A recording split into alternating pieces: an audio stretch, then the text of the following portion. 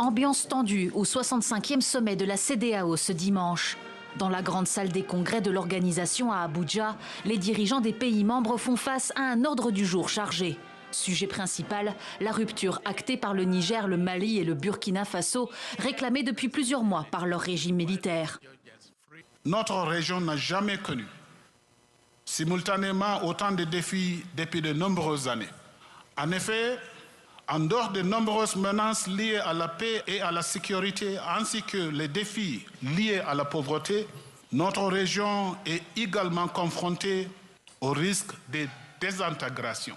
Il est évident que la désintégration perturbera non seulement la liberté de mouvement et d'établissement des personnes, mais elle aggravera également l'insécurité dans la région.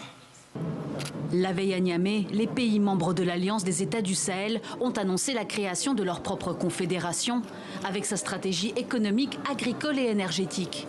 Les trois pays ont également rappelé leur volonté de former une force conjointe anti-djihadiste dont les contours et les effectifs n'ont pas été précisés.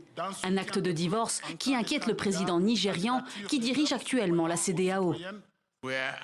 Nous sommes conscients des défis croissants, notamment les activités terroristes susceptibles de se propager dans la région du Sahel vers les États côtiers, en particulier dans ceux qui ont connu un changement constitutionnel de gouvernement. La décision des trois pays du Sahel de se retirer de la CEDEAO est aussi une menace. Les liens entre les États de l'AES et la CEDEAO se sont détériorés à la suite du coup d'État au Niger de juillet 2023.